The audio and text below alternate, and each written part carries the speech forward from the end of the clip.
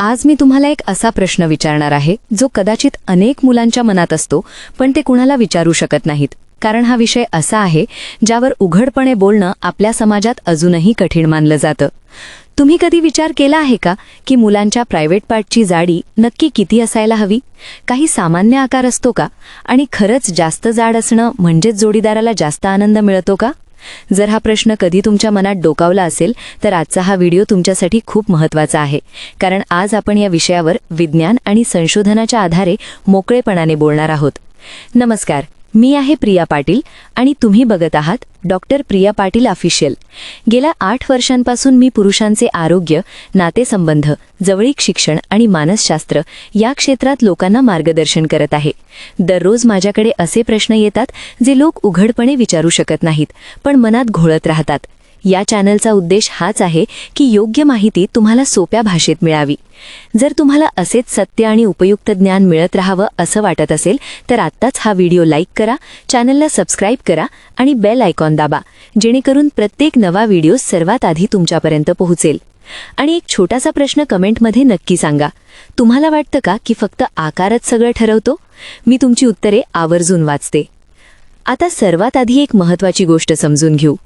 जेव्हा कधी मुले आपल्या आकाराबद्दल काळजी करतात तेव्हा ते बहुतेक वेळा फक्त लांबीबद्दल विचार करतात. पण अनेक वैद्यकीय अभ्यासांनी हे सिद्ध केलं आहे की अनेक बाबतीत जाडी म्हणजेच गर्थ तितकीच महत्त्वाची असते. स्त्रीच्या शरीराची रचना अशी असते की सुरुवातीचा भाग जास्त संवेदनशील असतो आणि तिथेच जास्त संवेदना जाणवतात. त्यामुळे अनेकदा जाडी घर्षण आणि संवेदनांमध्ये महत्त्वाची भूमिका बजावते. पण याचा अर्थ हा अजिबात नाही की जर कुणाचा आकार खूप मोठा नाही तर तो आपल्या जोडीदाराला आनंदी ठेवू शकत नाही. हा एक मोठा गैरसमज आहे जो इंटरनेट आणि चुकीच्या माहितीमुळे पसरला आहे. या गैरसमजाने अनेक पुरुषांना उगाचच न्यूनगंड दिला आहे, जो खरं तर त्यांचा नव्हताच. आता बोलूया सरासरी जाडी किती असते. वेगवेगळ्या वैद्यकीय अभ्यास आणि आरोग्य संकेतस्थळांनुसार ताठरपणाशिवाय गर्थ साधारण 2 इंच ते 3 इंच असू शकते. आणि जेव्हा पूर्ण ताठरपणा येतो म्हणजे शरीरात रक्तप्रवाह पूर्णपणे होतो तेव्हा सरासरी गर्थ 3 इंच ते जवळजवळ 4 इंच दरम्यान असू शकते. आता इथे एक अत्यंत महत्त्वाची गोष्ट समजणं गरजेचं आहे. हे जे आकडे आहेत ते फक्त सरासरी श्रेणी आहेत. याचा अर्थ असा नाही की प्रत्येक व्यक्तीचा आकार नक्की यातच असायला पाहिजे. कुणाचा थोडा कमी असू शकतो, कुणाचा थोडा जास्त. प्रत्येक शरीर वेगळं असतं आणि हेच पूर्णपणे सामान्य आहे. पण खरा प्रश्न इथून सुरू होतो.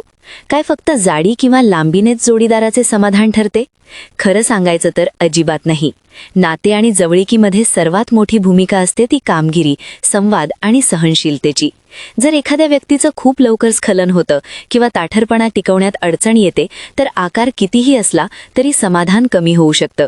आणि जर सहनशीलता चांगली आहे, नियंत्रण चांगलं आहे आणि जोडीदाराशी समजूतदारपणा आहे तर सरासरी आकार असूनही नात्यात समाधान टिकून राहतं. हे सत्य आहे आणि हे सत्य माहीत असणं म्हणजे निम्मी काळजी संपून जाते.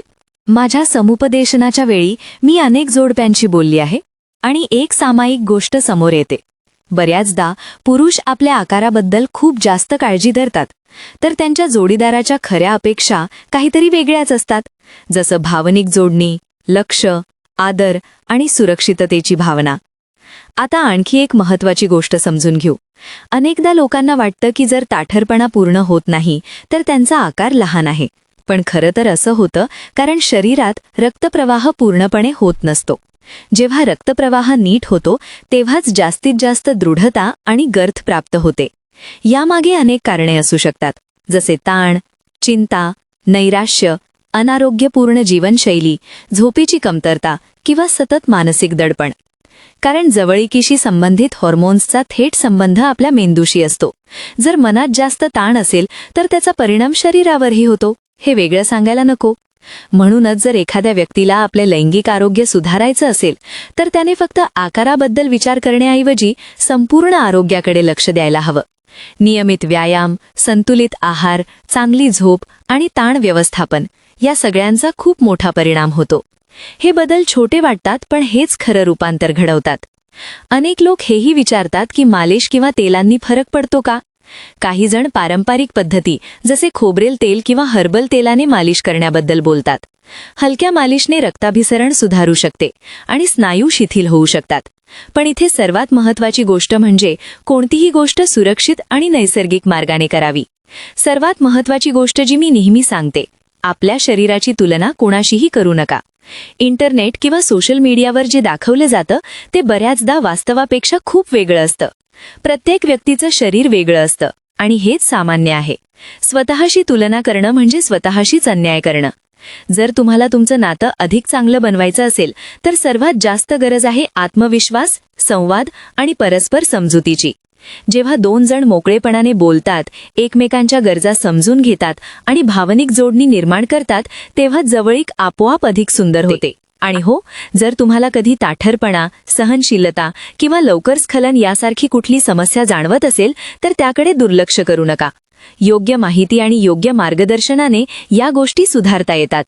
मी नेहमी म्हणते, जागरूकता हाच सर्वात मोठा उपाय आहे. जेव्हा तुम्हाला योग्य माहिती मिळते तेव्हा अर्धी काळजी तिथेच संपते. जर आजच्या या माहितीतून तुम्हाला काही नवीन समजलं असेल तर हा व्हिडिओ लाईक नक्की करा आणि आपल्या मित्रांसोबत शेअर करा. कारण अनेक जण अशा प्रश्नांची उत्तरे शोधत असतात पण त्यांना योग्य माहिती मिळत नाही. आणि कॉमेंटमध्ये नक्की सांगा, तुम्हाला वाटतं का की लोकांमध्ये आकाराबद्दल उगाचच दडपण निर्माण केलं गेलं आहे?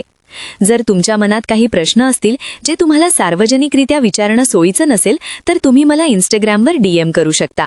जर तुम्ही पहिल्यांदाच डॉक्टर प्रिया पाटील ऑफिशियल चॅनलवर आला असाल तर चॅनल सबस्क्राईब करायला अजिबात विसरू नका. इथे आपण पुरुषांचे आरोग्य, नातेसंबंध आणि जवळीकीची संबंधित अशा विषयांवर मोकळेपणाने आणि सत्याशी बोलतो ज्यांवर सहसा लोक बोलायला कचरतात. आपण पुन्हा भेटूया एका नव्या रोचक विषयासह. तोपर्यंत स्वतःची काळजी घ्या आणि आनंदात रहा. धन्यवाद.